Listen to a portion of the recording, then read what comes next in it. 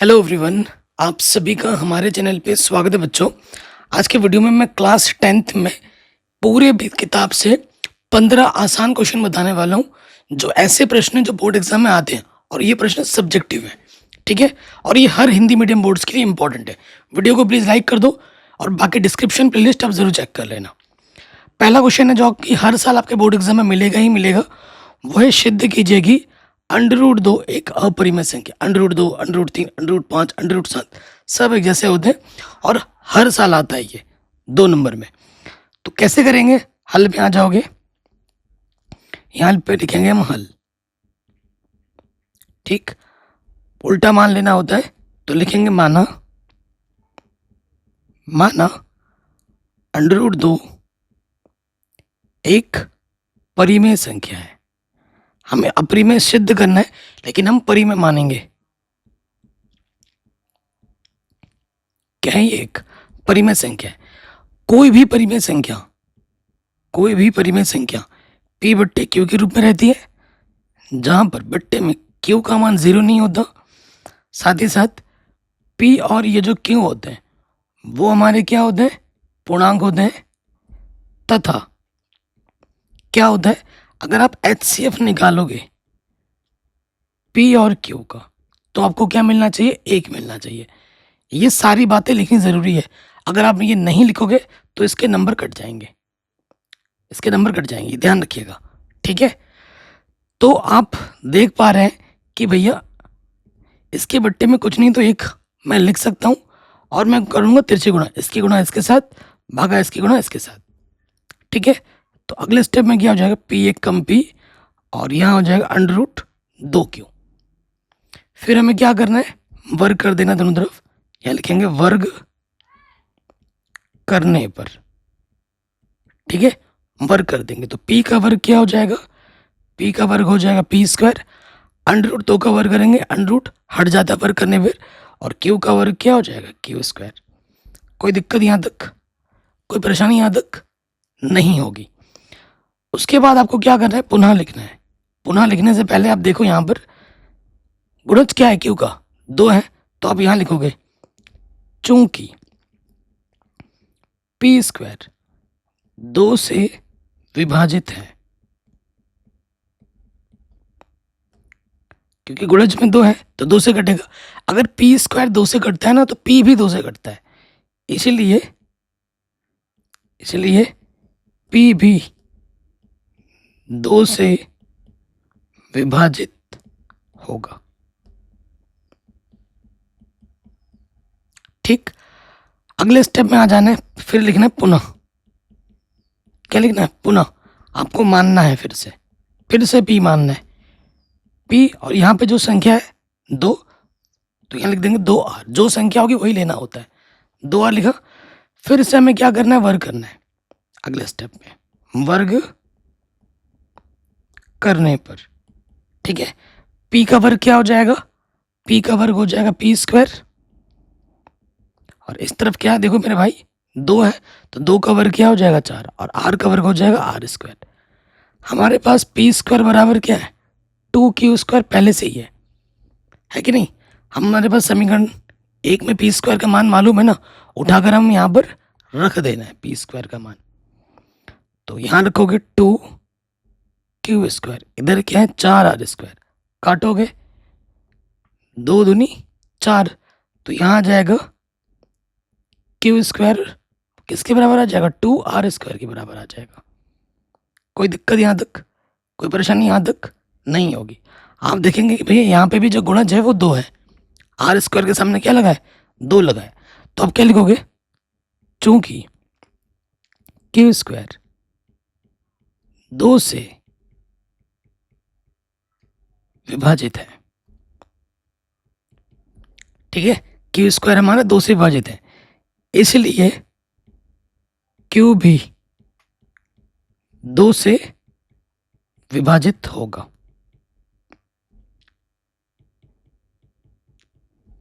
आपको मेरी hand returns इस नोट्स चाहिए होंगे तो वो भी मिल जाएंगे फ्री में, लिंक्स मिल जाएंगे डिस्क्रिप्शन में, टेलीग्राम की ज्वाइन कर लेना। अब आप देखेंगे कि भैया Q भी 2 से कट रहा है, भैया P भी हमारा 2 से कट रहा है, तो पी और क्यू दोनों 2 से कट रहे हैं, तो वही चीज़ हमें यहाँ लिखना है, चूंकि पी व क्यू दोनों 2 से विभाजित हैं। किससे विभाजित है? 2 से विभाजित है।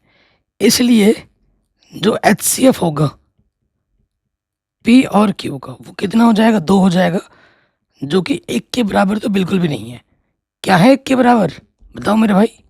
नहीं है, ये तो 2 आ रहा है। और हम जानते हैं अगर ये परिमेय होता √2 तो इसे HCF कितना देना चाहिए था? 1। ये दे कितना रहा है? 2। तो ये परिमेय बिल्कुल नहीं हो सकता, यानी कि हमने जो माना है वो गलत है। अतः हमारी अवधारणा क्या गलत है? अतः हमारी अवधारणा गलत है। इसलिए लास्ट में क्या लिख दोगे? इसलिए √2 एक अपरिमेय संख्या है। हेंस प्रूव्ड इति सिद्धम। हर साल आपके बोर्ड एग्जाम में आता है, आसान सा प्रश्न है, जैसे मैंने लिखवाया बिल्कुल आपको एग्जाम में ऐसे ही लिखना है। ठीक है, आगे बढ़ते हैं नेक्स्ट क्वेश्चन में। कह रहे हैं सिद्ध कीजिए, ये चीज सिद्ध करनी है। सिद्ध करने वाला प्रश्न हर साल एग्जाम में आता है। तो देखो इस प्रश्न में की खासियत क्या है कि आप बाएं वाले से दाएं वाला सिद्ध नहीं कर सकते और इससे ये वाला नहीं कर सकते, बड़ा देर लग जाएगा। तो दोनों को साथ साथ लेके करना होगा, और ये NCERT का प्रश्न है। क्या करेंगे आप जानते हैं, कोई सर्वसमीका लग रही है तो लगाओ, अगर सर्वसमीका नहीं लग रही है तो साइन कॉस में हमें बदलना पड़ता है। तो एक सेक को हम लिखते हैं 1/cos, यहाँ पे भी आ जाएगा 1/cos। पहले बायां पक्ष हल कर लेते हैं। अब देखो मेरे भाई, इसके बट्टे में कुछ नहीं तो मैंने 1 ले लिया, ठीक, तो ये गुणा कर देंगे, इसकी गुणा इसके साथ, cos 1 come cos, loss of cos आ गया, फिर इसकी गुणा इसके साथ और प्लस इसकी गुणा इसके साथ, तो ये हो जाएगा cos 1 कम cos प्लस 1 1 कम 1, नीचे क्या 1 के बट्टे में cos। अब आप देखेंगे भैया इसके बट्टे में भी cos है, इसके बट्टे में भी cos है, कट जाएगा, ऊपर से क्या बच रहा है 1 प्लस cos है बट्टे में 1। किसी भी संख्या को जब आप 1 से भाग देते हो ऊपर जो रहता है वही आ जाता है, तो यहाँ पर क्या आ गया 1 प्लस में क्या है cos है।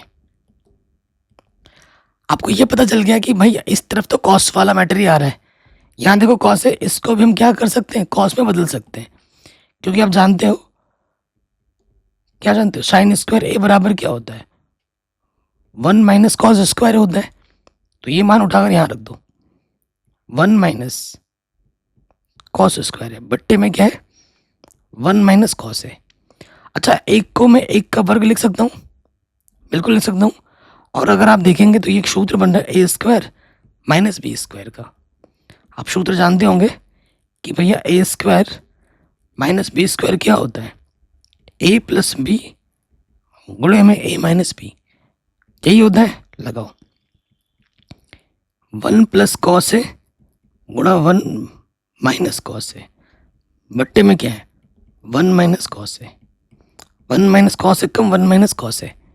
किसी भी संख्या को 1 से गुणा करते हैं वही आ जाता है, 1 प्लस cos है कम 1 प्लस cos है, बट्टे में है 1। किसी भी संख्या को 1 से भाग देते हैं ऊपर वही आ जाता है। तो ये आ गया 1 प्लस cos है दोनों तरफ।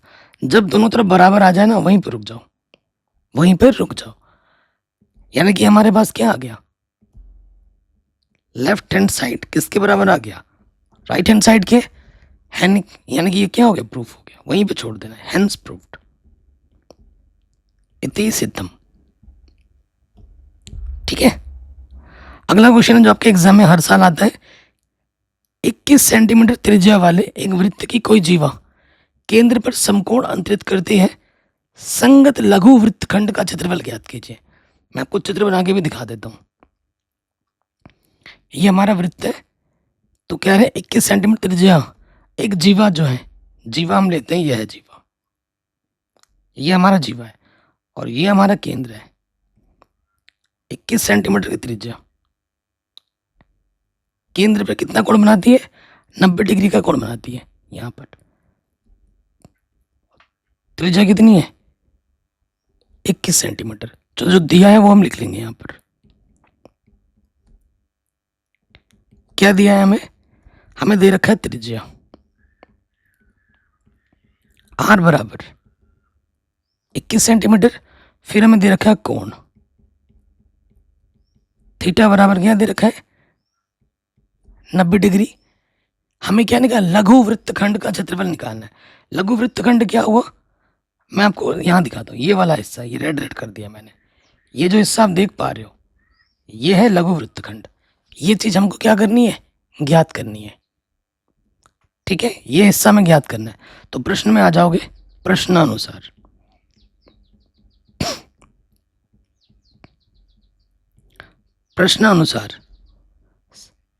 संगत लघु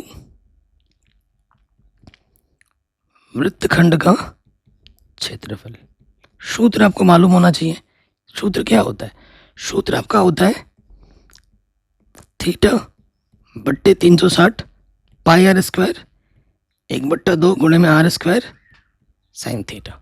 ये सूत्र होता है संगत लघु वृत्तखंड का, ये सूत्र होता है। मान रखेंगे थीटा हमारे पास 90 बट्टे में 360, पाई का मान 22/7, त्रिज्या है 21, आर स्क्वायर है 21 गुणा 21, आर स्क्वायर 21 गुणा 21 बट्टे में है 2 और साइन है 90। साइन 90 का मान एक होता है 9 चौको 36, 7 3 21, 2 1 कम 2 1 कम, 2 दूनी 4, और कुछ कट पिट रहा है, नहीं कट रहा है ना, और नहीं कट रहा। ऊपर क्या आ गया 11 21 3 63 बट्टे में 2, और यह है 21 गुणा 21, 21 से कम 21 हासिल लगा 2, 21 दूनी 42 और 2, 21 से कम 21 हासिल लगा 2, 21 दूनी 42 और 2 44, गुणे में क्या है 1, तो 11 से गुणा कर दो, 11 3 33 हासिल लगा 3, 11 छक 66, 66 और 3 69 बट्टे में 2, और ये आ जाएगा 441 बट्टे 2। दोनों के बट्टे में 2 है, तो जब नीचे समान होता है ऊपर वैसे का वैसे घट जाएगा।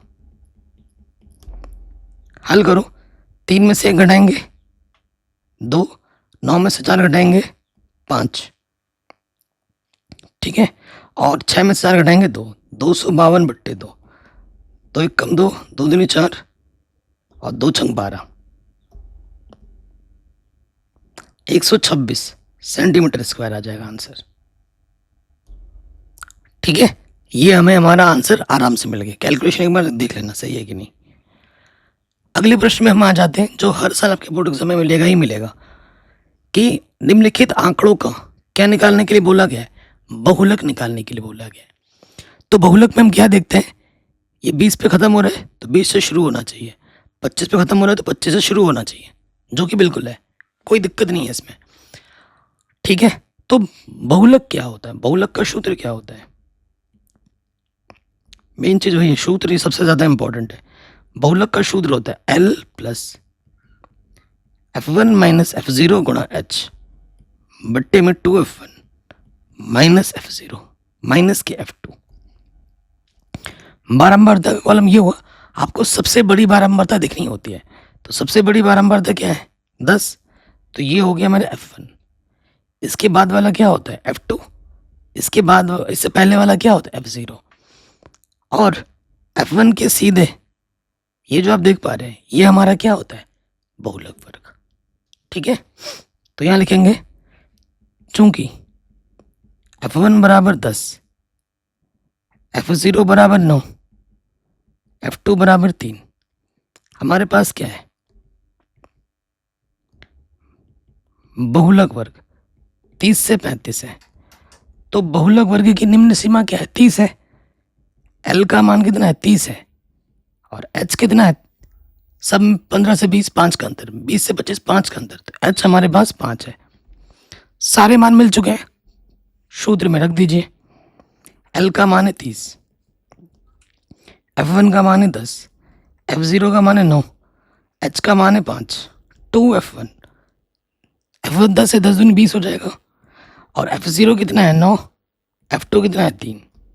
हल करेंगे 30, 9 10 में से 9 घटाओगे 1 आ जाए, 1 पंजे 5, 20 में से 12 घटाओगे कितना बचेगा 8। तो 8 का भागा देना है 5 में, दशमलव लगाओ 0 आ जाएगा। ठीक है, 8 पंच 40, 8 छंग 48, घटाएंगे तो 2 बचेगा, 8 दूनी 16, घटाएंगे तो 4 बचेगा 0, 8 पंजे 40 आ जाएगा। ठीक है, तो ये आ जाएगा 30 प्लस में आ जाएगा 0.625, तो आंसर आ जाएगा 30.625। हो गया आराम से, very very easy and important था, आराम से बन गया। अगला क्वेश्चन जो हर साल एग्जाम में आता है, कह रहे हैं उस बिंदु के निर्देशांक ज्ञात कीजिए जो बिंदु इतने इतने को जोड़ने वाले रेखाखंड को 3:1 में अंतः विभाजित करता है। क्या करता है? अंतः विभाजित करता है। तो देखो हमारे पास एक रेखाखंड है, ठीक है, बिंदु को मान लेते हैं, ये बिंदु है ए जो कि है 4,-3, और ये बिंदु है बी जिसके निर्देशांक है 8,5। इसमें कहीं पर एक बिंदु है, यहाँ पर मान लेते हैं वो बिंदु का निर्देशांक है x, y। इसको ये 3:1 में विभक्त करता है। ठीक है, तो ये हमारे पास क्या है, देखो मेरे भाई, ये है हमारा x1, ये हमारा y1, ये x2, ये हमारा y2। ठीक, ये हमारा m1 है और ये हमारा m2 है। हमें क्या निकालना है? हमें निकालना है विभाजन बिंदु। हमें चाहिए क्या? विभाजन बिंदु चाहिए। ओके, तो यहां लिखेंगे विभाजन सूत्र से, विभाजन सूत्र से। मेरी राइटिंग इतनी घटिया नहीं है जितनी घटिया यहाँ पे बन रही है। एक्चुअली बनता नहीं है ना राइटिंग लैपटॉप वगैरह में, तो आप समझ पा रहे होंगे। तो x के लिए सूत्र क्या होता है? x निर्देशांक के लिए m1 x2 m2 x1 बट्टे में m1 प्लस m2। तो x निर्देशांक के लिए x1 है 4, m2 है 1, सॉरी m1 x2 है ना, तो m1 है 3, x2 है 8, m2 है 1 और x1 है 4 बट्टे में m1 प्लस m2। हल करेंगे 8 3 24, 4 कम 4, तो ये हो जाएगा 28/4, 4 सत्ते 28। तो जो x का मान हमें मिलेगा वो मिलेगा 7। x का मान हमें कितना मिला? 7 मिला। अब आ जाओ, अब हमें क्या निकालना है? y निर्देशांक निकालना है। ठीक, आप जानते हैं y निर्देशांक का सूत्र क्या होता है? m1 y2 m2 y1 बट्टे में m1 प्लस m2। m2 हमारे पास 1 है और y2 हमारे पास 5 है, सॉरी m1 हमारे पास 3 है। ठीक है ना, m1 हमारे पास कितना है? 3 है। m1 3, y2 है 5 प्लस m2 है 1 और y1 है -3 बट्टे में m1 प्लस m2। 5 3 15, 3 कम 3, तो ये आ जाएगा 12/4, 4 3 12। तो y निर्देशांक कितना आ गया? 3। तो जो बिंदु होगा पी x, y, x का मान कितना मिला? 7 और y का मान कितना मिला? 3। तो जो विभाजन बिंदु होगा वो होगा 7,3। ठीक है, हर साल आपको ये क्वेश्चन देखने को मिलता है बोर्ड एग्जाम में। अगला क्वेश्चन है y के वे मान ज्ञात कीजिए जिसके लिए बिंदु इतना और इतना इनके बीच की दूरी 10 मात्रक है। ठीक है, सिंपल सा क्वेश्चन है।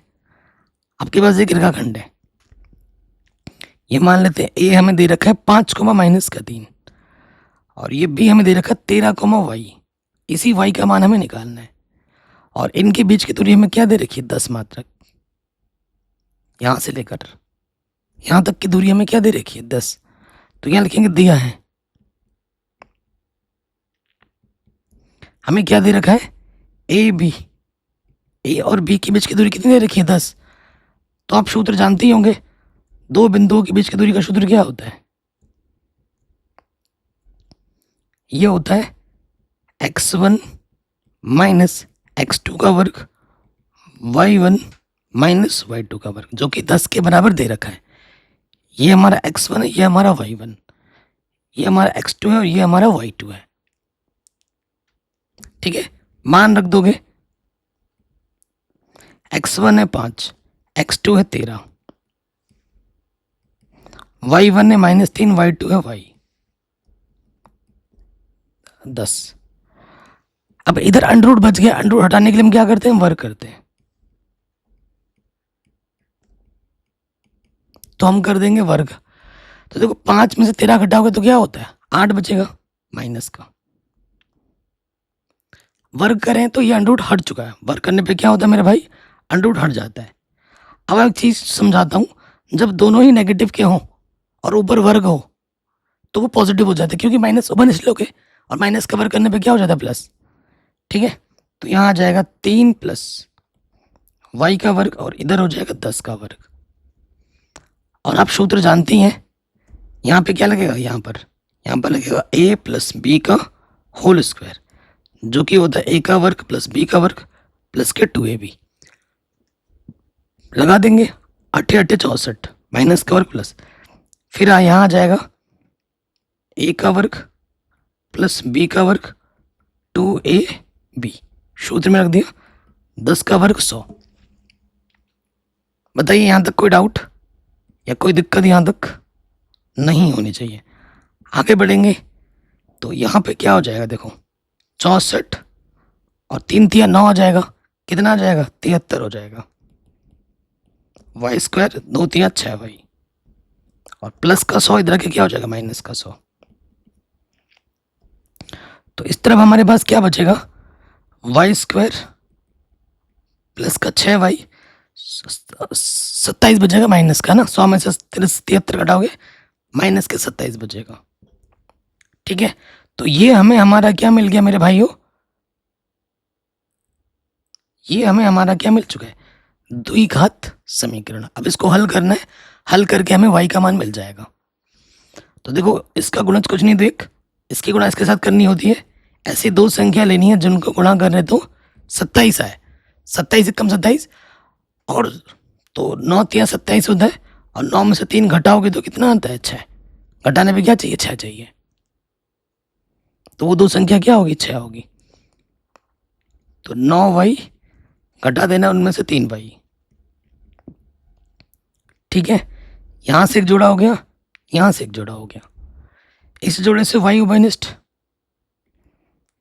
वाई स्क्वायर से एक बाहर y बाहर आ गया, यहाँ 9 बचा, ये माइनस से लग गया, 3 का भागा दोनों में जाएगा, 3 बाहर आ गया y, ब्रैकेट के बाहर माइनस है तो अंदर चिन्ह बदल जाएगा, 3 नम 27। तो जो 2 बार है उसे हम एक बार लिखेंगे y प्लस 9 और जो उभयनिष्ठ है वो उसको दूसरे वाले ब्रैकेट में लगते हैं चिन्ह के साथ। गुणनखंड बन गए। अब इसको 0 मानना है, एक बार इसको 0 मानना है। यदि y प्लस 9 बराबर 0 तो प्लस का 9 इधर के क्या हो जाएगा? माइनस के 9। ठीक है, फिर इसको 0 मानोगे। यदि y माइनस 3 बराबर 0 तो माइनस का 3 इधर के क्या हो जाएगा? प्लस का 3। तो ये हमें हमारे y के मान मिल जाएंगे। y की जगह पे 3 भी हो सकता है, माइनस के 9 भी हो सकता है। ठीक है, वेरी इंपॉर्टेंट है, हर साल आपके एग्जाम में आता ही आता है। अगला जो क्वेश्चन है, कह रहे हैं द्विघात बहुपद के शून्य ज्ञात कीजिए, शून्य को तथा गुणांकों के बीच सत्यता की जांच भी कीजिए। हर साल आपके एग्जाम में आता है, हर साल। तो देखो हमें शून्यक दे रखा है, शून्यक के लिए यहां लिखेंगे शून्यक के लिए। शून्यक के लिए क्या होगा? जो भी हमारा बहुपद है उसे हम शून्य मान लेंगे। शून्य निकालना है, फिर क्या होता है? एक्स स्क्वायर के गुणज की गुणा अचर पद से करनी होती है। तो यहाँ ऐसी दो संख्या लेनी है 3 गुणा 4, जिनको गुणा करने में 12 हो और घटाने पर एक्स का गुणज कुछ नहीं तो 1 है, घटाने पर 1 है। तो वो दो संख्या क्या होगी? 4 3 12, 4 में से 3 घटाओगे 1 आता है। जब भी माइनस को ब्रैकेट लगा के मान रखते हैं 4x माइनस का 3x, माइनस अंदर गुणा कर दो, नेगेटिव नेगेटिव पॉजिटिव। ठीक है, तो यहां से एक जोड़ा बना, यहां से एक जोड़ा बना। ठीक, तो इस जोड़े से क्या ओबनिस्ट आ जाएगा, खाली x ओबनिस्ट। तो यहां से 3 बचा, एक्स स्क्वायर से एक x बाहर आ तो एक x बच गया, x बाहर आ गया तो यहां से 4 बचा, प्लस का चिन्ह लगा दिया। यहां से कुछ भी ओबनिस्ट नहीं है, जब कुछ भी ओबनिस्ट नहीं होता तो एक लेते हैं ओबनिस्ट, और फिर पूरा का पूरा वैसा का वैसा आ जाता है। जो 2 बार है उसे हम एक बार लिखते हैं, और जो ओबनिस्ट है उसे हम दूसरे वाले ब्रैकेट में लिखते हैं। ठीक है, अब हमें क्या करना है, इसको एक बार 0 मानना है, एक बार इसको 0 मानना है। यदि x प्लस 1 बराबर 0 तो प्लस का 1 इधर के क्या हो जाएगा, माइनस का 1। और यदि 3x माइनस 4 बराबर 0 तो माइनस का 4 इधर के प्लस का 4, और ये 3 गुणे में इधर के क्या हो जाएगा, बट्टे में। तो ये हमें हमारे शून्यक मिल गए। तो एक शून्यक को आप बोल दो अल्फा, और इसको हम बोल देते हैं बीटा, क्योंकि अभी जांच भी करनी है हमें। अल्फा और बीटा हमें मिल चुके हैं। ठीक, अब हमें क्या करनी है, जांच। जो हमारा बहुपद है वो क्या है, 3x square minus x minus 4 है, यही है ना बहुपद। ठीक है, तो यहाँ पर a क्या हो जाएगा, a होता है एक्स स्क्वायर का गुणज 3, b क्या होगा, x का गुणज कुछ नहीं है 2, 1 चिन्ह के साथ माइनस का 1, और अचर पद क्या है, माइनस के 4। तो पहली जांच हमें करनी है क्या, शून्यकों का योगफल, जिसका सूत्र होता है अल्फा प्लस बीटा बराबर माइनस के b बट्टा a।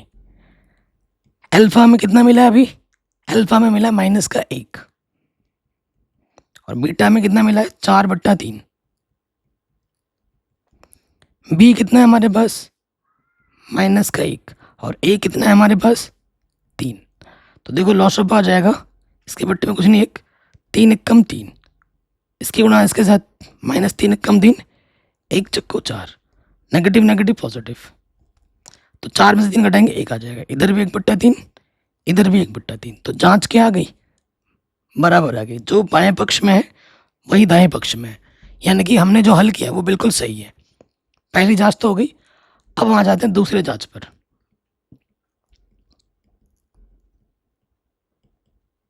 क्या है दूसरी जांच, शून्यकों का गुणनफल, जिसका सूत्र होता है अल्फा गुणा बीटा बराबर c बट्टे a। अल्फा हमारे पास माइनस 1 था और बीटा हमारे पास 4 बट्टा 3 था, c हमारे पास माइनस के 4 था, a हमारे पास 3। तो माइनस 4 1 का माइनस 4 बट्टे में 3, इधर भी आ गया माइनस 4 बट्टे 3, दोनों तरफ क्या आ गए, समान आ गए। तो जांच हमारी क्या हो गई, संतुष्ट हो गई। हो गया। एग्जाम में आता है 4 नंबर में, वेरी वेरी इंपॉर्टेंट है, 4 नंबर में आता है। ठीक है, अगला क्वेश्चन है, रैखिक समीकरण को हल करना है। आप आपकी मर्जी है, किसी भी विधि से हल कर सकते हो। ठीक है, किसी भी विधि से हल कर सकते हो। तो देखो पहला वाला जो समीकरण है उसको अगर ढंग से देखो, क्या है 0.2x 0.35 और 1.3 है, यही है ना। तो यहाँ देखो दशमलव हटाओगे, एक स्थान है, दशमलव हटाने पे 1 लगता है, एक स्थान 1 0 बढ़ जाएगा। दशमलव हटाओगे, एक स्थान है, 1 0 बढ़ जाएगा। दशमलव हटाओगे, 1 आएगा, एक स्थान 1 0 बढ़ जाएगा। सबके बट्टे में 10 उभयनिष्ठ कट जाएगा, तो बचेगा क्या, 2x प्लस 3y बराबर 13। ये हमारा पहला समीकरण है।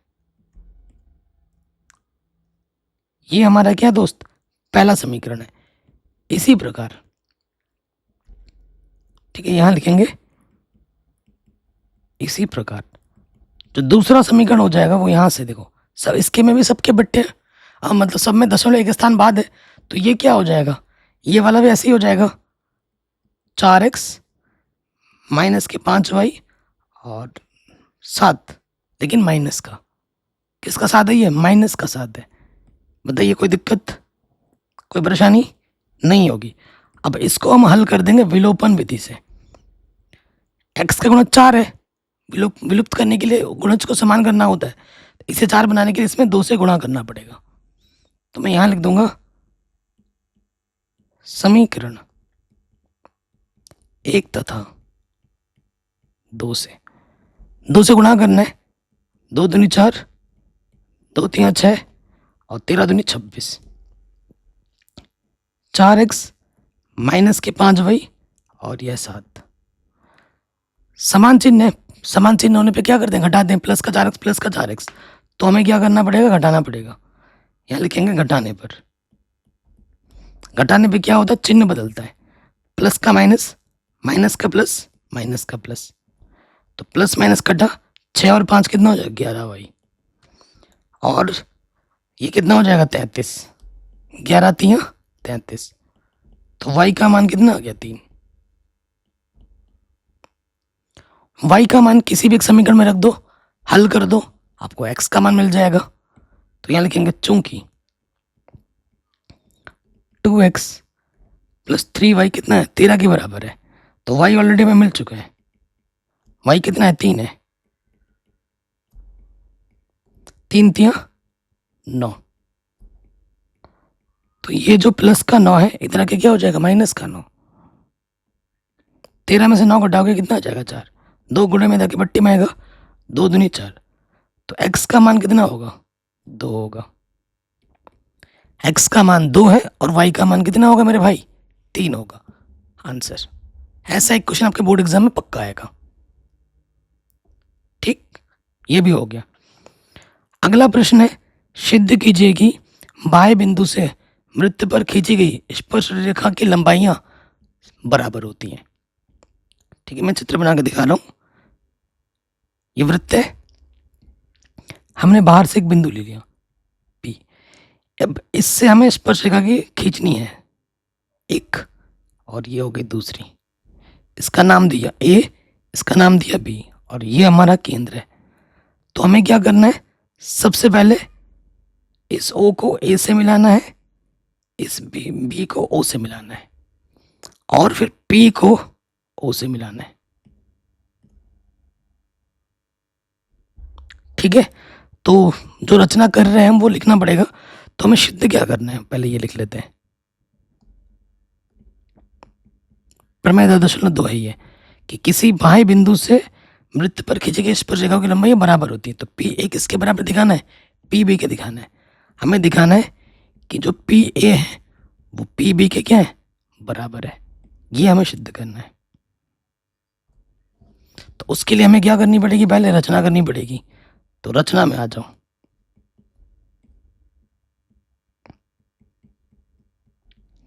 सबसे पहले क्या किया, बी ओ को मिलाया, ओ ए को मिलाया, पी ओ को मिलाया। तो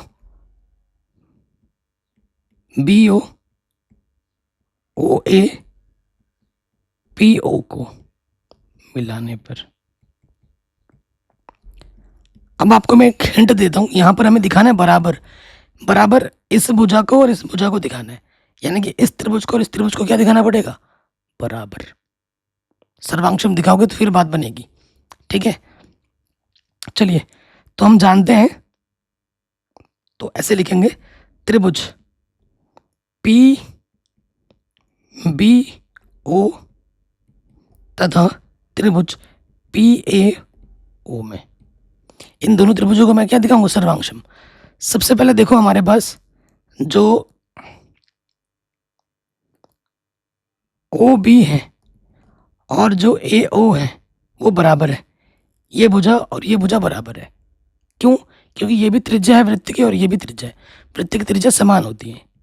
क्यों बराबर है, क्योंकि ये त्रिज्या है। उसके साथ साथ ये भुजा क्या है, उभयनिष्ठ है, पी ओ बराबर पी ओ। और एक चीज है हमारे पास कि जो बी कोण है वो 90 का है और जो ए कोण है वो 90 का है। कैसे, स्पर्श रेखा और त्रिज्या के बीच कितने इंच का कोण बनता है? 90। स्पर्श रेखा और त्रिज्या के बीच कितने इंच का कोण बनता है? 90। तो यहाँ लिख देंगे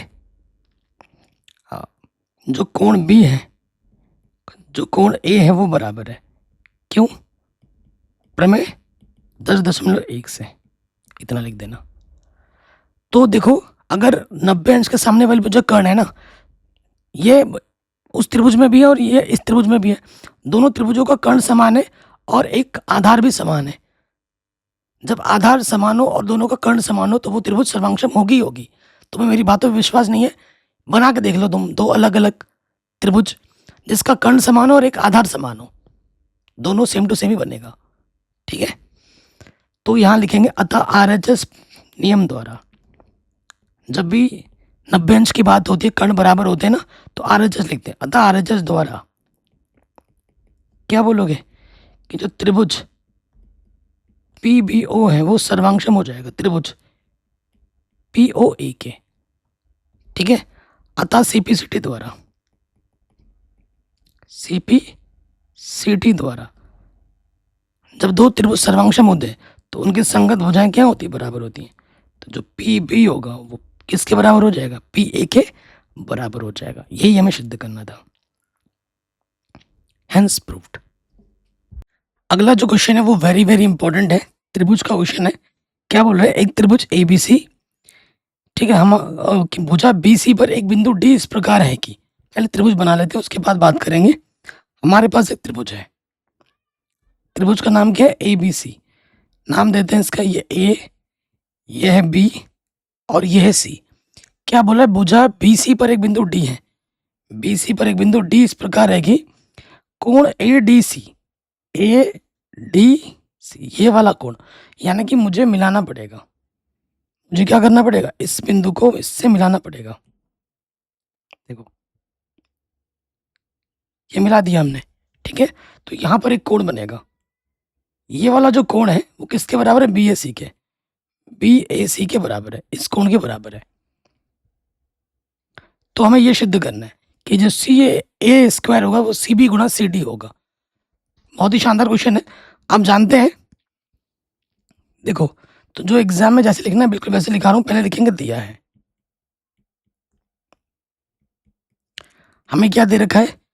कोण ए डी सी जो बराबर है बी ए सी के। अब आप देखेंगे कि हमें सी ए स्क्वायर प्रूफ में क्या चाहिए? चाहिए ना सिद्ध क्या करना, वो लिख लेते हैं, सिद्ध करना है।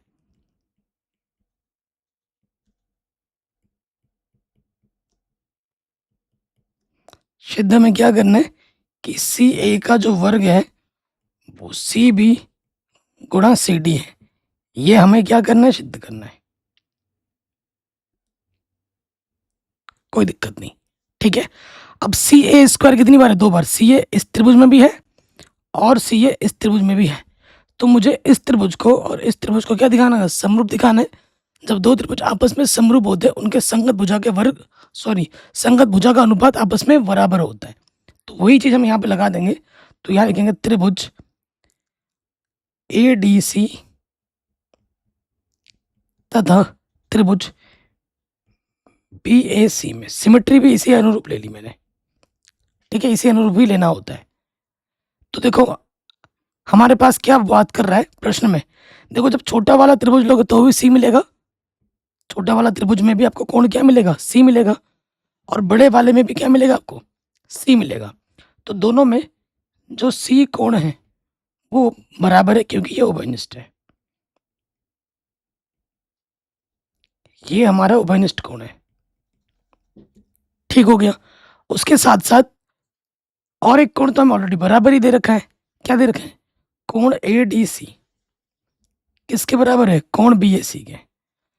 अगर आप दो कोण संगत बराबर दिखा देते हो तो तीसरा ऑटोमेटिकली बराबर हो जाता है। तो यहां लिख देंगे अतः एंगल क्राइटेरिया से जो त्रिभुज ए डी सी है वो समरूप हो जाएगा त्रिभुज बी ए सी के।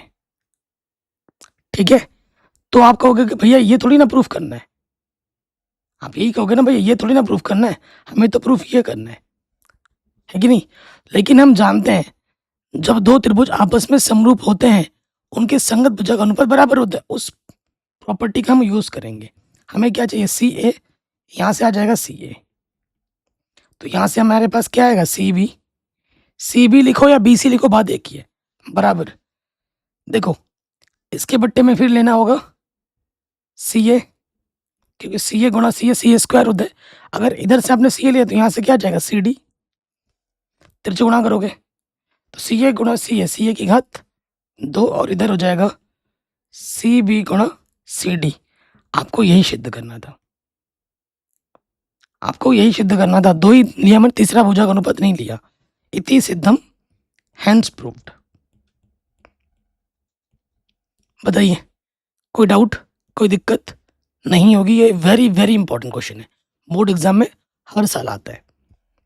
आगे बढ़ते हैं। अगला क्वेश्चन जो हर साल एग्जाम में आता है माध्यक निकालने के लिए। 15 से 20, 20 से 25, 25 से 30, जहाँ पे शुरू हो रहा है वहीं से खत्म हो रहा है, तो वर्ग अंतराल सही है, जो कि जरूरी है। तो जो दे रखा है आंकड़ा वो पहले हम लिखते हैं।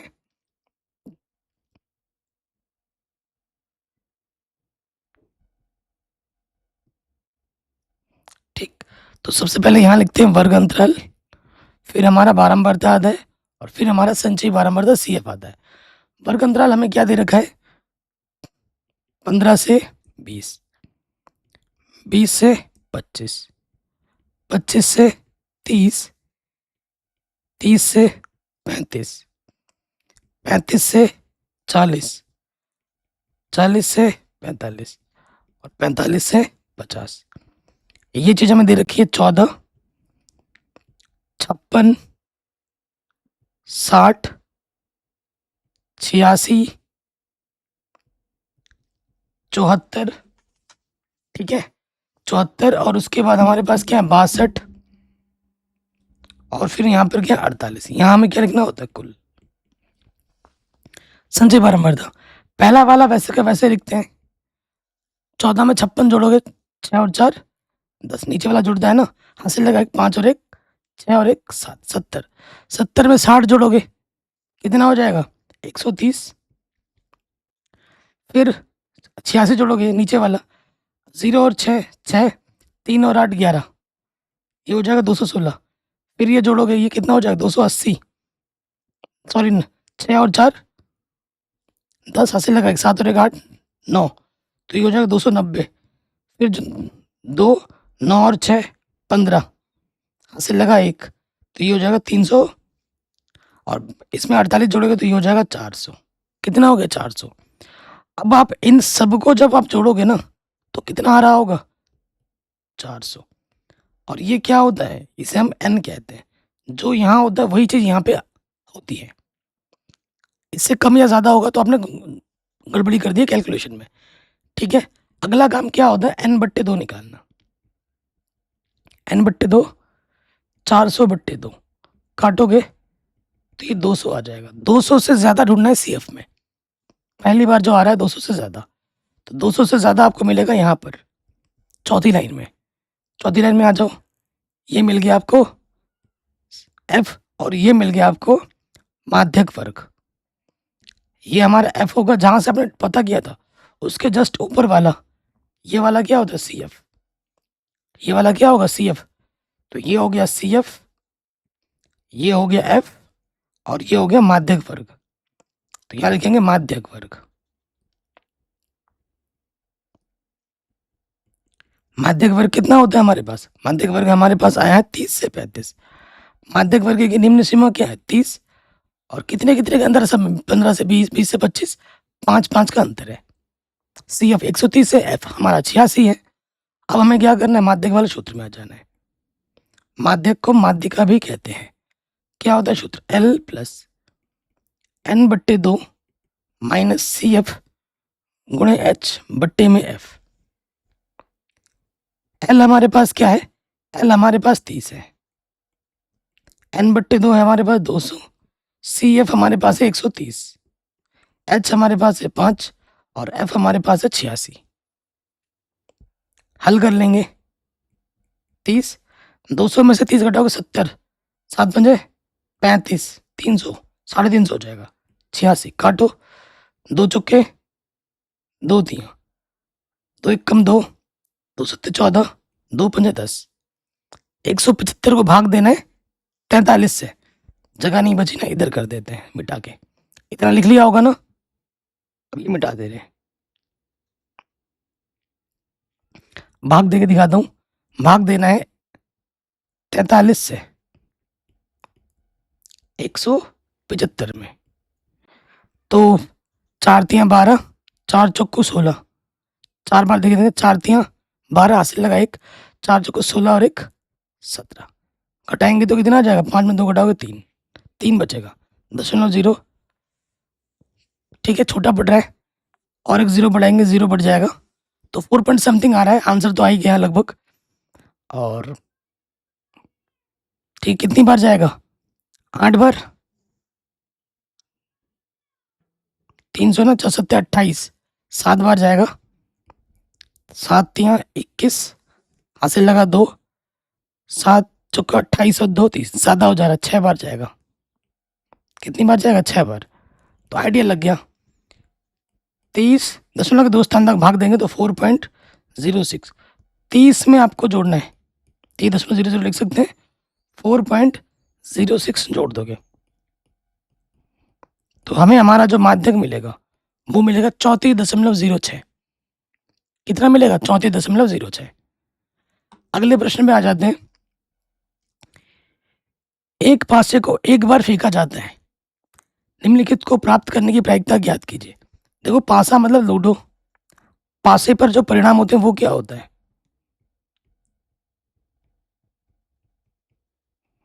पासे पर जो परिणाम होते हैं वो होता है 1 2 3 4 5 6।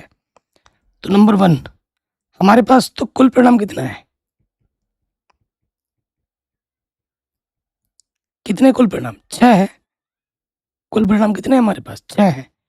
उसके बाद नंबर 1 पे आ जाओ, क्या बोल रहा है, एक अभाज्य संख्या।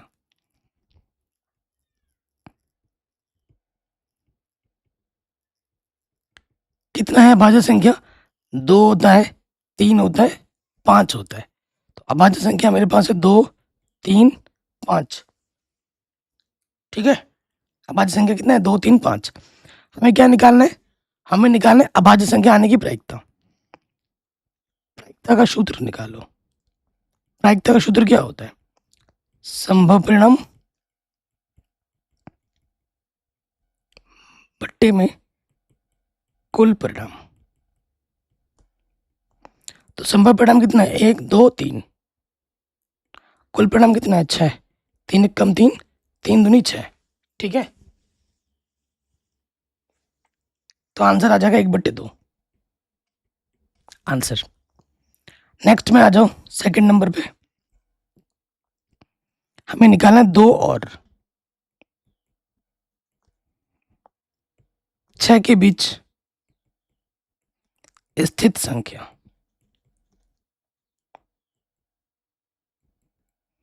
2 और 6 के बीच क्या आ जाएगा, 3 4 5। तो इसकी हमें क्या निकालनी है, प्रायिकता। संभव परिणाम कितना है, 3। कुल परिणाम है 6। 3 एक कम 3, 3 दूनी 6। आंसर आ जाएगा 1/2। अगले प्रश्न में आ जाओ, जो कि वेरी इंपॉर्टेंट है। ठीक है, उसके बाद क्या है, किसी समांतर श्रेणी के प्रथम 8 पदों का योगफल 64 है, 17 पदों का योगफल 289 है। प्रथम पद और सार्वंतर ज्ञात कीजिए। तो हम मान लेंगे, माना समांतर श्रेणी का प्रथम पद ए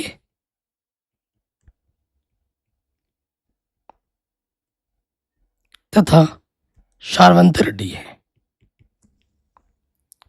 ठीक है, तो प्रश्न में क्या दे रखा है, प्रथम शर्त में आ जाओ। प्रथम शर्तानुसार देखो, आप n पदों का योगफल का सूत्र जानते हैं, एन बराबर क्या होता है, n/2 2a प्लस n-1 गुणा डी होता है ना। तो 8 पदों का योगफल, 8 पदों का योगफल 64 दे रखा है, n की जगह पर क्या है, 8 है।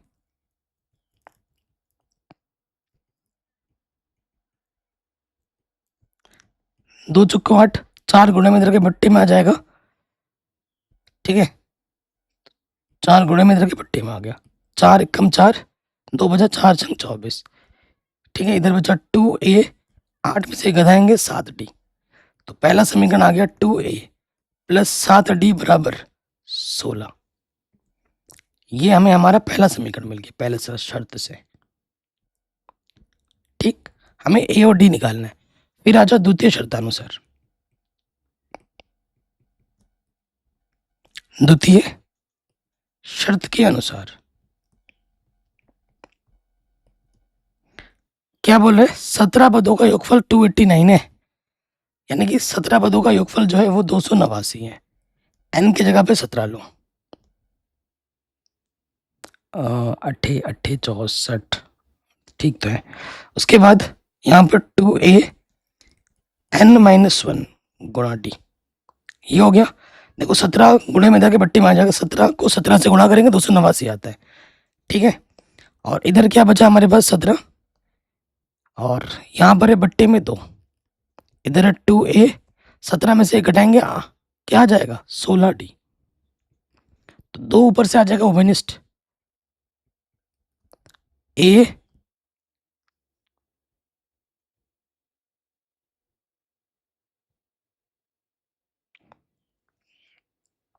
और यहाँ पे आ जाएगा, एक काम करते हैं ना, 2 उभयनिष्ठ मत निकालो, उससे हमारा कैलकुलेशन ना लेंथी हो जाएगा।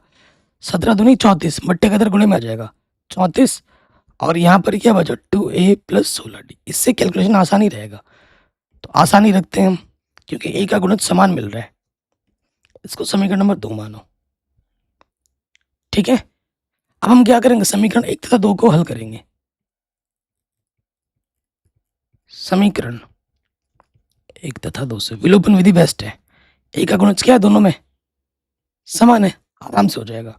तो यह है 2a प्लस 16d बराबर 34, दूसरा है 2a प्लस 7d बराबर कितना है 16। समान चिन्ह है, समान चिन्ह होने पे हम क्या करते हैं, घटाते हैं। तो यहाँ लिखेंगे घटाने पर, घटाने पे क्या होता है, चिन्ह बदलता है, प्लस का माइनस, प्लस का माइनस, प्लस का माइनस, प्लस माइनस कटा।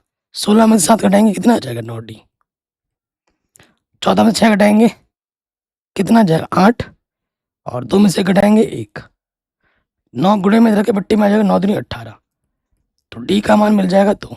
आंसर डी का मान समीकरण नंबर 1 में रख दो, चूंकि 2a प्लस 7d 16 है,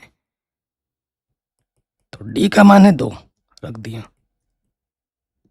7 दूनी 14, आगे हल करेंगे तो प्लस के 14 इधर आके क्या हो जाएगा माइनस के 14, तो बचेगा 2, 2 एकम 2, ए का मान क्या आ गया 1, ए का मान 1 और डी का मान 2 होगा।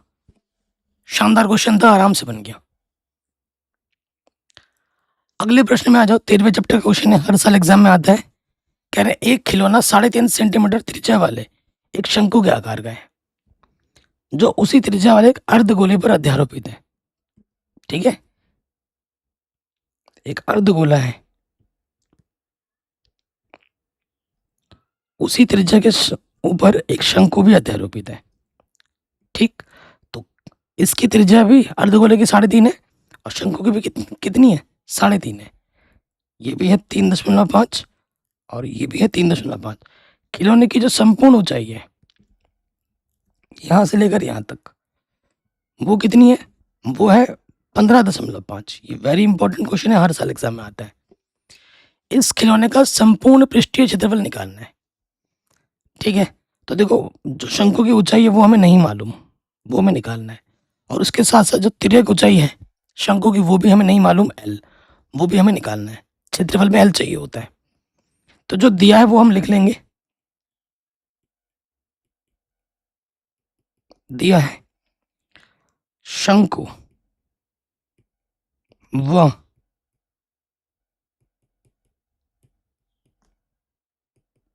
अर्धगोले की त्रिज्या, त्रिज्या 3.5, 3.5 है, पॉइंट हटाओगे एक आ जाएगा, एक संख्या एक जीरो बढ़ जाएगा। 5 7 है 35, 5 दूनी 10, तो इसको मैं 7/2 भी लिख सकता हूँ। उसके बाद देखो हमें निकालना शंकु की ऊंचाई। शंकु की ऊंचाई h, तो कैसे निकलेगा? टोटल में से जब इतना घटा दोगे तो इतना बच जाएगा। तो टोटल यानी कि 15.5 में से हमें क्या घटाना? 3.5 घटा देना है, तो कितना आ जाएगा? 12 आ जाएगा। अब हमें क्या निकालना है? तिर्यक ऊंचाई। शंकु की तिर्यक ऊंचाई एल, स्लैंट हेड बोलते हैं अंग्रेजी में। इसका सूत्र होता है h² + r²। ठीक है, वो चीज हम अलग से निकाल लेते हैं यहाँ पर। h का मान कितना है? 12, r का मान है 7/2, तो 12 का वर्ग होता है 144, 7 का वर्ग 49, 2 का वर्ग 4, इसके बट्टे में कुछ नहीं तो 1 ले लिया। 4 × 4 है कि नहीं? इसके गुणा इसके साथ क्या होता है? 144 × 4 576, और 49 × 1 = 49, जोड़ेंगे तो 625। 625 का वर्गमूल 25, 4 का वर्गमूल 2, काटोगे तो क्या आ जाएगा? 12.5। जो हमारी तिर्यक ऊंचाई होगी वो कितनी होगी? तिर्यक ऊंचाई ये होगी 12.5। ठीक है, इतना हो गया, सारा कुछ हमारे हमको मिल चुका है। अब हम क्या करेंगे? हल करेंगे, थोड़ा मिटाना पड़ेगा। तो यहां लिखेंगे इसलिए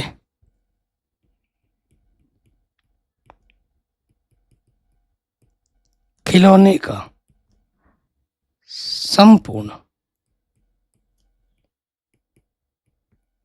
पृष्ठीय क्षेत्रफल क्या हो जाएगा? अर्धगोले का क्षेत्रफल प्लस शंकु का पृष्ठीय क्षेत्रफल। तो यहां लिखोगे अर्धगोले का पृष्ठीय क्षेत्रफल प्लस शंकु का पृष्ठीय क्षेत्रफल। सूत्र क्या होता है अर्धगोले का? 2πr², और शंकु का होता है πrl। तो πr क्या है? ओवनिष्ठ है। यहां से बचेगा 2r और यहां से बचेगा सिर्फ l। मान रखो पाई का मान 22/7, त्रिज्या हमारे पास थी 7/2, r का मान है 7/2 और l का मान है 12.5। 2 से 2 कटा, 7 से 7 कटा, 2 1 कम 2 1 कम, बाहर 11, इधर 7 + 12.5, तो यह आ जाएगा 19.5। 11 × 5 = 55, हासिल लगा 5, 11 × 99 और 5 104 का 4, हासिल लगा 10, 11 कम 11 और 10 21, दशमलव के स्थान बाद एक स्थान के, तो आंसर आ जाएगा 214.5 सेंटीमीटर स्क्वायर। क्षेत्रफल है ना, तो सेंटीमीटर स्क्वायर लगाना है। आराम से हो गया। इस वीडियो के आखिरी प्रश्न पे हम आ चुके हैं। वेरी वेरी इंपॉर्टेंट क्वेश्चन है। ऐसे क्वेश्चन अगर आप डेली चाहते हो तो प्लीज वीडियो को लाइक करें, डिस्क्रिप्शन जरूर चेक कर लें। ऐसे क्वेश्चन भर के रखें, चैप्टर वाइज इंपॉर्टेंट क्वेश्चन बना रखे हैं, ऑब्जेक्टिव सब्जेक्टिव हर एक चीज पढ़ा रखी है। कह रहे एक बहुमंजिल भवन के शिखर से देखने पर, देखो ये हमारी जमीन है, जो भी भवन है कुछ कुछ भी बनेगा वो जमीन के ऊपर ही बनेगा। ये हमारी बहुमंजिल एक भवन है, बहु इमारती। ठीक है, एक 10 मीटर, हमारे पास एक 10 मीटर 10 मीटर ऊंचा एक नॉर्मल भवन है। इसकी ऊंचाई कितनी है? 10 मीटर। एक बहुमंजिल भवन के शिखर से, इसके शिखर यहाँ पर हुआ, शिखर से देखने पर एक 10 मीटर ऊंचे भवन के शिखर, पहले क्या बोला? शिखर, और उसके बाद क्या बोला? तल के जो अवनमन कोण है 30 और 45 है। अवनमन कोण बनाने के लिए मुझे क्या करना पड़ेगा? इसके समांतर एक रेखा लेना पड़ेगा यहाँ पर। तो पहला 30 है, ये वाला कोण कितना होगा? 30, और ये वाला कोण कितना होगा? 45। हमें बहुमंजिल की भवन की ऊंचाई निकालनी है, समांतर लिया है। देखो भाई मेरे, अगर ये 10 है तो ये भी कितना होगा? 10 ही होगा। तो ये हो गया 10। इस ऊंचाई को मैं h मान लेता हूं। जैसे ही मुझे h मिल जाएगा और उसमें मैं 10 जोड़ दूंगा तो मुझे मेरी बहुमंजिल की ऊंचाई मिल जाएगी। ठीक है, नाम दे देते हैं। ये बिंदु ए बोलो, इस बिंदु को बी, सी, डी, ई। दो समकोण त्रिभुज बनना है, दोनों को हल करोगे। एक तो छोटा वाला बना है, एक बड़ा वाला बना है। छोटा वाला यहाँ बना है, बड़ा वाला यहाँ बना है। हल कर लो, आंसर आ जाएगा। देखो, हमेशा मैंने बोला है जो भुजा निकालनी है और जो भुजा पता होता है उसके बीच संबंध लगाते हैं। ये भुजा मुझे निकालनी है, पता कुछ है, पता तो इसी लाइन में ही आ रहा है। तो अब क्या करें? तो जो मान दोनों में उभयनिष्ठ है उसको लेना है। जो दूरी ये सी डी होगी वही दूरी बी सी होगी, बी ई होगी। तो इसको लेना पड़ेगा और इसको लेना पड़ेगा। ध्यान से देखो, अगर मैं सी डी को एक्स मान लेता हूं तो मेरा बी ई भी कितना होगा? एक्स ही होगा। हमें निकालना क्या है? एच। ठीक है, तो सबसे पहले त्रिभुज में आ जाते हैं। त्रिभुज ए बी ई में ये हमें चाहिए और ये दोनों में उभयनिष्ठ है, ले लेंगे। आप जानते हैं कोण के सामने वाली भुजा, कोण के सामने वाली भुजा क्या होती है? लंब। और 90 अंश के सामने वाली भुजा क्या होती है? कर्ण। तो ये ऑटोमेटिकली ये क्या हो जाएगी? आधार। तो ए बी हमें निकालना है और बी ई हमें लेना पड़ेगा। लंब बट्टे आधार क्या होता है? Tan theta. लंब बट्टे आधार क्या होता है? Tan theta. थीटा हमारे पास 30 है। आप ये ट्रिक जानते होंगे ना, लाला आम लाया, कच्चा कच्चा आम। साइन, कॉस, टेन, कॉसेक, सेक, कॉट। तो लंब बट्टे आधार क्या हुआ? Tan theta. ए बी हमारे पास क्या है? एच। बी हमारे पास क्या है? एक्स। टेन 30 का मान क्या है? 1/√3। तिरछी गुणा करेंगे, एक्स एक कम एक्स, ये हो जाएगा एच √3। एक्स बराबर क्या हो जाएगा? एच √3। जहां जरूरत पड़ेगी हम इसका इस्तेमाल करेंगे। अब बड़े वाले समकोण त्रिभुज में आ जाओ। त्रिभुज ए सी डी में ये निकालना है, तो इतना तो लंब नहीं ना, पूरा ही लेना पड़ेगा। और ये दोनों में उभयनिष्ठ था, इसको लेना पड़ेगा। तो क्या आ जाएगा? ये हो जाएगा ए सी बट्टे सी डी। कोण के सामने वाली भुजा लंब और ये क्या है? आधार। लंब बट्टे आधार टेन थीटा। थीटा हमारे बड़े वाले में कितना है? 45 है। तो ए सी हमारे पास क्या होगा? H plus 10। H plus 10। ठीक है, और सी डी हमारे पास क्या है? एक्स। 10 45 का मान क्या होता है? 1। तो एच प्लस 10 और एक्स एकम एक्स। अगर आप थोड़े से स्मार्ट हो, अगर थोड़ा सा भी स्मार्ट हो, चलो बाद में बात करते हैं स्मार्ट वगैरह। हमें एच प्लस 10 ही निकालना है एक्चुअली। एच प्लस 10 ही निकालना है, बहुमंजिल की ऊंचाई निकालनी है। तो एच प्लस 10 किसके बराबर आ रहा है? एक्स के बराबर आ रहा है। एच √3 के बराबर आ रहा है। तो यहाँ एक्स है, ये प्लस का 10 इधर आके माइनस का हो जाएगा। एक्स का मान क्या है? एच √3। ठीक है, माइनस का 10 रख दिया, इधर हमारा एच है। अब हम क्या करेंगे? थोड़ा मिटाएंगे, कैलकुलेशन करना है ना। एच √3 हमने रख दिया। अब आगे कैलकुलेशन करते हैं।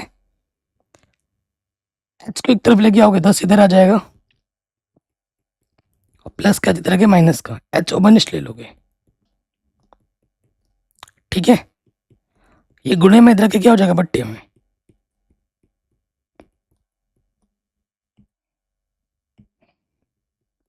बट्टे में कभी अंडर छोड़ते नहीं है। इधर आगे थोड़ा मिटा लेते हैं, हल करेंगे। क्या कर देंगे? परिमेयकरण। परिमेयकरण क्या होता है? विपरीत चिन्ह से ऊपर नीचे गुणा करो। नीचे माइनस था, देखो यहाँ माइनस था, बस यहाँ क्या कर लेना? प्लस। और सेम चीज से ऊपर नीचे गुणा कर देना है। नीचे सूत्र बन रहा होगा किस रूप का? a माइनस बी गुणा a प्लस बी। क्या होता है? a² minus b²। तो ये हो जाएगा, ऊपर आ जाएगा 10 √3 + 1। ये हो गया a² माइनस b²। √3 का वर्ग करेंगे, अंडर रूट हटेगा 1। 3 माइनस 1 का मतलब क्या हुआ? 2। 2 पंजे 10, तो ये आ गया 5 √3 और 5 एकम 5, ये हमें h मिला। ये हमें h मिला, लेकिन हमें क्या निकालनी है? बहुमंजिल की ऊंचाई। बहुमंजिल की ऊंचाई जो कि है h + 10। h हमें मिला है 5 √3 + 5 और 10, जोड़ देंगे 10 और 5 15, और ये है 5 √3। तो यहाँ से 5 ओवरनिस्ट है, 5 तिया 15, 5 बाहर आ गया और ये √3।